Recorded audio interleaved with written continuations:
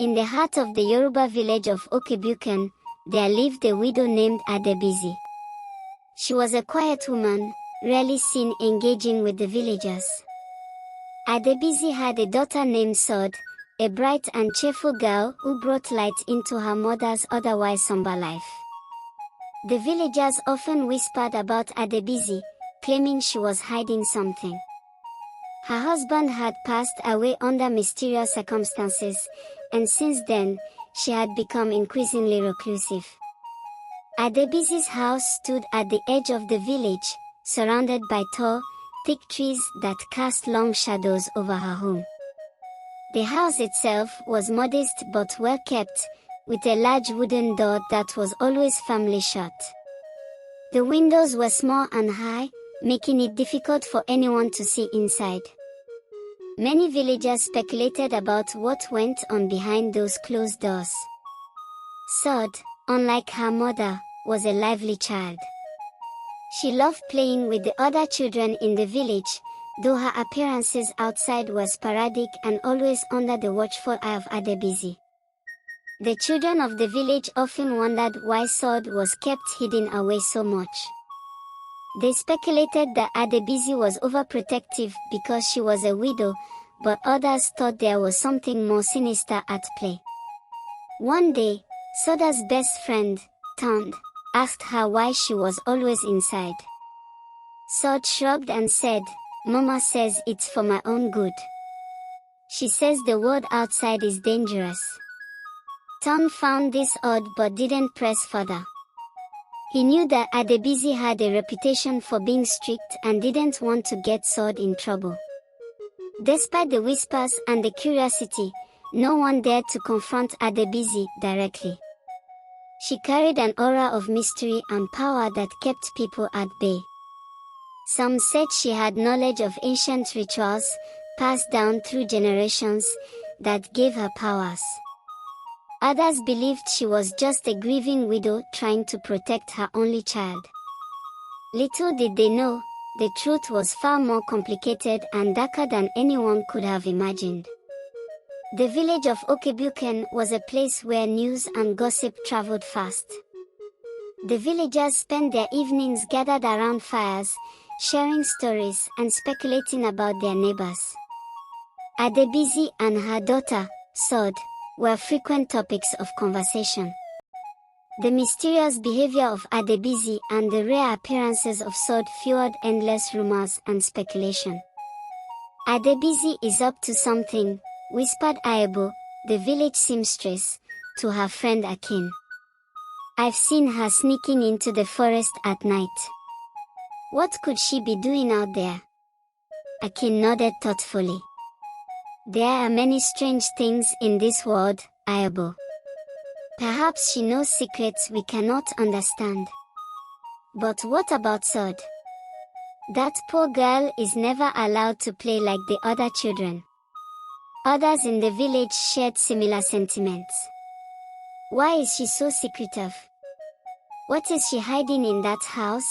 asked Bamedil, the village blacksmith. "I've never seen the inside of that place, and I don't think anyone else has either."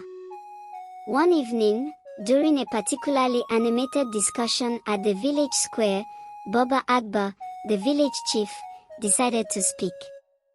His voice was deep and commanding, instantly silencing the mamas. "Adebisi is a widow and has suffered much. We should not jump to conclusions without knowing the truth. We must approach this matter with caution and respect." The villagers nodded in agreement, but the curiosity and unease lingered. They had heard stories of people who practiced dark rituals to gain power and wealth. Could Adebisi be one of those people? The idea seemed far-fetched, yet the signs were there: the secrecy, the strange nighttime activities, and the hidden room no one had ever seen. Children, in particular, were both scared and fascinated by the tales. Tond, Soda's best friend, found himself increasingly worried about her. He couldn't shake the feeling that something was wrong. He decided he would find a way to uncover the truth, not just for the sake of his curiosity, but to ensure Sod was safe. The village continued to buzz with speculation and fear. As the days went by, the whispers grew louder, and the villagers' curiosity turned into a quiet determination to discover what was really going on in Adebizi's house. They had no idea that their lives were about to change in ways they could never have imagined. Adebizi's house, with its high windows and family-shut doors, held many secrets. One of the most significant was the hidden room. This room was concealed behind a false wall in the back of the house, known only to Adebizi and her daughter, Sod. The entrance to the room was cleverly disguised with a bookshelf that could be moved to reveal a narrow door. The hidden room was dimly lit by a single flickering candle. Inside, there was a small bed, a table with strange symbols carved into it, and shelves lined with bottles filled with mysterious herbs and powders. This was where Adebizi conducted her secret rituals. She had inherited knowledge of these rituals from her ancestors, who believed in ancient, powerful magic. Sod spent most of her time in this hidden room. She had grown used to the dark and eerie atmosphere, though she longed to be outside playing with her friends. Her mother had told her that the rituals were necessary to protect their family and ensure their survival. "This is our way, Sod," Adebizi would say. "You must trust me." One evening, as the moon shone brightly in the sky, Adebizi prepared a special meal for Sod. She added a mixture of herbs and powders to the food, whispering incantations as she did so. She carried the food to the hidden room and handed it to Sod. "Eat, my child," she said softly. "It is for our protection." Sod obediently ate the meal, though she found the taste strange and bitter. She trusted her mother and believed that the rituals were important. However, she couldn't shake the feeling that something was not right. After finishing the meal, she began to feel a strange sensation in her stomach. Moments later, she started to vomit, and to her shock, she vomited money, shiny coins and crisp bills. Adebizi quickly collected the money, her eyes gleaming with satisfaction. "This is our gift, Sod," she said. "You are special. We must continue these rituals to ensure our prosperity." Sod was frightened but didn't dare to question her mother. She was locked back in the hidden room, left to ponder the strange events. She wondered if her mother was right or if something terrible was happening to her. The walls of the hidden room seemed to close in on her, and she felt more trapped than ever. The villagers, unaware of the hidden room and the dark rituals taking place, continued to speculate and whisper. The mystery of Adebizi and Sod deepened, and the village of Okebukan remained on edge, sensing that something significant was unfolding just beyond their sight. Adebizi's nightly rituals continued, shrouded in secrecy. Each night, she would prepare a special meal for Sod, mixing it with the mysterious herbs and powders she kept hidden away. The process was always the same. She would whisper incantation over the food, then carry it to the hidden room where Sod awaited. Sod, though frightened by the strange occurrences, trusted her mother. She believed that the rituals were for their protection and well-being. However, each time she ate the food, the same thing happened: she would vomit money. The coins and bills seemed to materialize from within her, and Adebizi would eagerly collect them. One night, as Adebizi was preparing the ritual meal, she heard a noise outside her house. She paused, listening carefully. It was late, and most of the villagers were asleep. She quickly finished her preparations and made her way to the hidden room. As she locked the door behind her, she couldn't shake the feeling that someone was watching her. Unbeknownst to Adebisi, Tond had decided to uncover the truth about the strange happenings at her house. He had followed her from a distance and had seen her sneak into the forest on several occasions. Determined to find out what she was up to, he waited patiently outside her house that night, hiding in the shadows. From his hiding spot, Tond saw Adebisi carrying a bowl of food towards the back of the house. He watched as she moved the bookshelf to reveal the hidden door. His heart raced with excitement and fear. He had discovered the hidden room. He knew he had to find a way to get inside and see what was going on. Inside the hidden room, Adebisi handed the food to Sod, who ate it reluctantly. As the strange sensation began in her stomach, Sod felt the familiar fear rising within her. She vomited the money, and Adebisi collected it, her face a mix of satisfaction and relief. "This is our way, Sod," she repeated. "We must do this to survive." After locking Sod back in the hidden room, Adebisi returned to her own room, clutching the money she had collected. She knew that what she was doing was dangerous and wrong, but she felt trapped. The deal she had made with the spirit was binding, and breaking it could have dire consequences for both her and Sod. Meanwhile, Tond, determined to help his friend, began to devise a plan. He knew he couldn't confront Adebisi alone, he needed the support of the village. But how could he convince the villagers without proof? Tond decided to gather more evidence before approaching the village elders. He resolved to return the next night and see if he could learn more. The next day, Tond was unusually quiet, deep in thought about how to execute his plan. He didn't want to alarm Sod or get her into trouble. After school, he whispered to his closest friend, Beo, and shared what he had seen the previous night. "We need to help Sod," Tond said urgently. "But we have to be careful. We can't let Adebisi know what we're doing." Beo agreed to help, and together they hatched a plan. That night, they would sneak out again and try to find a way into the hidden room. They knew it was risky, but they were determined to uncover the truth. As night fell, Tond and Beo waited until their families were asleep before slipping out of their homes. They met in the village square and quietly made their way to Adebisi's house. Tond led Beo to the spot where he had hidden the previous night. "Stay quiet," Tond whispered. "We have to wait for the right moment." They watched as Adebisi went through her nightly routine. She prepared a special meal, whispering the strange incantations, and then carried it to the hidden room. This time, Tond and Beo followed her more closely, staying hidden in the shadows. They saw her move the bookshelf and unlock the hidden door. "We need to see what's inside that room," Beo whispered. "But how?" Tond thought for a moment. "We need to get Adebisi away from the house. If we can create a distraction, maybe we can get inside."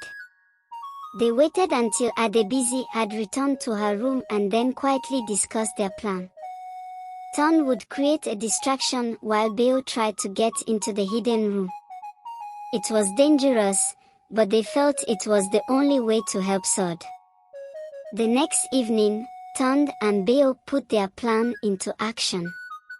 Tond collected some dry leaves and twigs from the forest and piled them near the back of Adebisi's house. As night fell, he lit the pile on fire, creating a small but noticeable blaze. The smoke quickly rose into the air. "Help! Fire!" Tond shouted, making sure his voice carried. Adebisi, startled by the noise, rushed out of her house to see what was happening. She saw the fire and immediately ran to fetch water, her mind focused on extinguishing the flames. While Adebisi was distracted, Beo quickly made his way to the hidden room. He moved the bookshelf and saw the small door. It was slightly ajar, as Adebisi had not fully locked it in her haste. He slipped inside and found Sod lying on the small bed, looking weak and frightened. "Sod, it's me, Beo," he whispered. "We're here to help you." Sod's eyes widened with relief and fear. "Beo, you have to leave. Mama will be back soon. It's not safe." But Beo was determined. "We know about the rituals, Sod. We need to get you out of here." Sod nodded, too exhausted to argue. Beo helped her up and they quietly made their way out of the hidden room. Just as they were about to leave the house, they heard Adebisi's footsteps approaching. "We have to hide," Beo whispered urgently. He quickly led Sod to a dark corner of the house, hoping they wouldn't be seen. Adebisi returned to the house, her heart still racing from the fire. She quickly checked the hidden room and was relieved to see the door was still slightly ajar. She didn't notice Sod and Beo hiding in the shadows. She assumed Sod was inside resting and decided to check on her in the morning. Turned, watching from a distance, saw Adebisi return and knew they had to act fast. He signaled to Beo, who gently led Sod out of the house. They moved as quietly as possible, avoiding the creaking floorboards. Once outside, they met up with Tund. "We need to get Sod somewhere safe," Tund said. "Let's take her to my house for now." They made their way to Tund's house, where his parents welcomed Sod with open arms. They were shocked by her condition and listened carefully as Tund and Beo explained everything they had discovered. "We need to inform Baba Agba and the village elders," Tund's father said gravely. "This is more serious than we thought." The next morning, Tund's father, accompanied by several other concerned villagers, went to see Baba Agba. They explained the situation, recounting everything Tund and Beo had witnessed. Baba Agba listened carefully, his face growing more serious with each passing moment. "This is indeed troubling," he said finally. "We must act swiftly to protect Sod and uncover the full extent of Adebisi's actions." He called a meeting of the village elders, and soon they gathered in the chief's hut. The elders were respected members of the community, known for their wisdom and fairness. Baba Agba explained the situation to them, and they discussed the best course of action. "We must confront Adebisi," one elder suggested. "But we must do so with caution. We don't know the full extent of our powers." Another elder nodded in agreement. "We should also seek the help of Aya Ifun, the village herbalist. Her knowledge of ancient rituals and herbs may be crucial in breaking the spell." The elders decided to act immediately.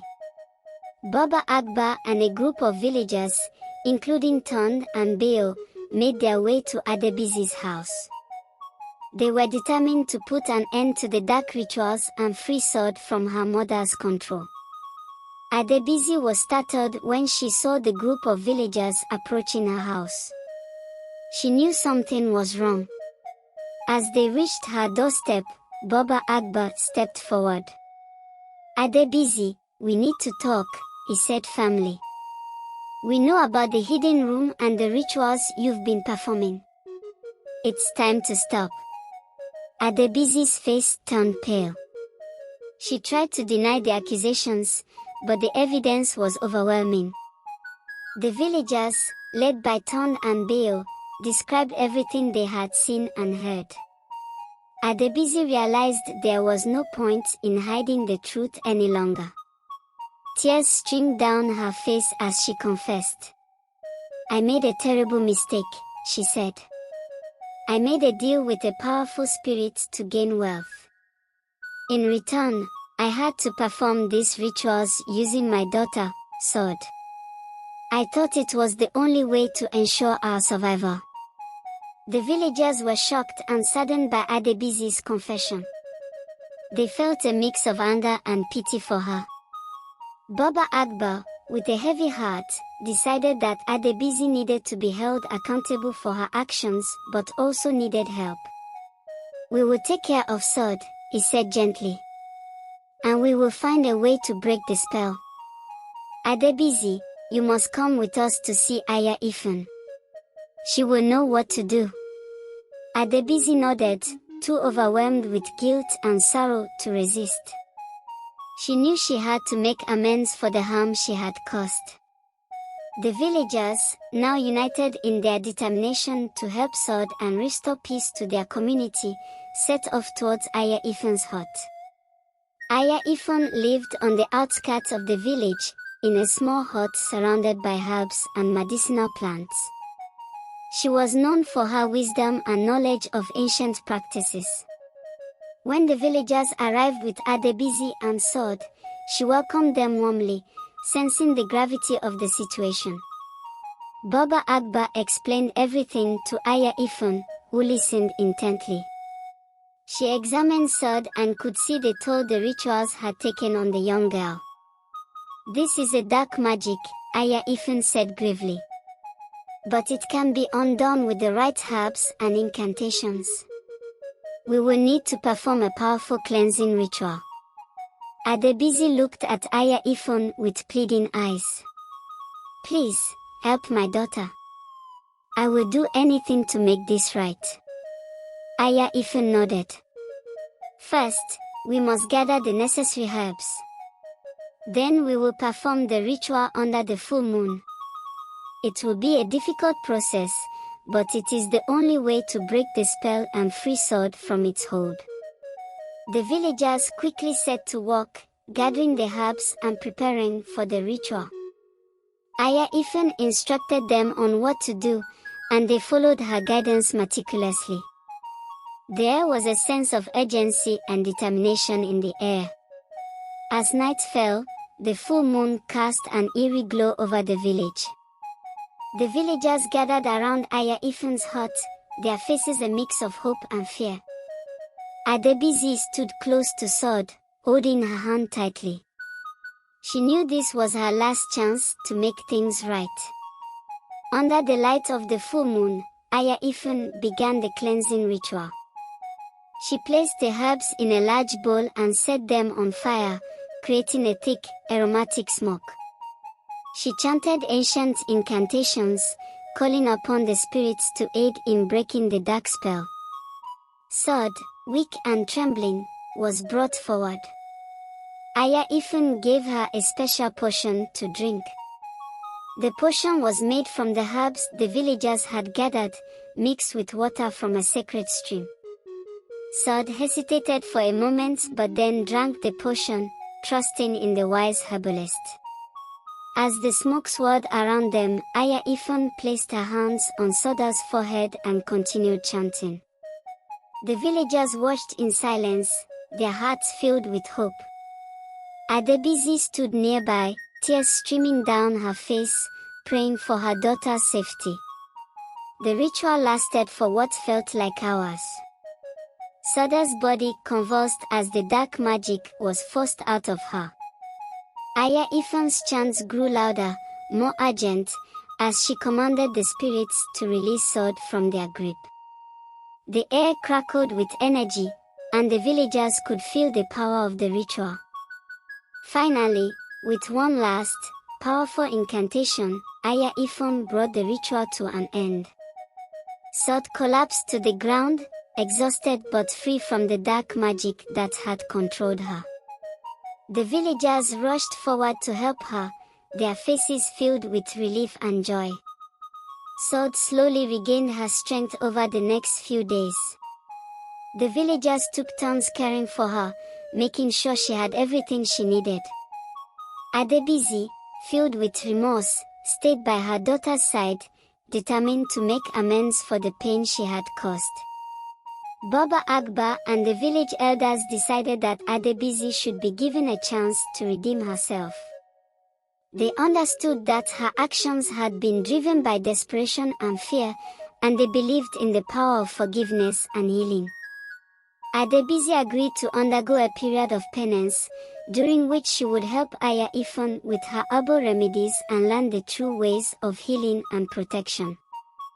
She vowed to use her knowledge for good, to help others in the village and to ensure that no one else would fall victim to the dark magic she had once practiced. If you like our stories, please consider subscribing and leave a comment, telling us where you are watching from. See you in the next video. Bye.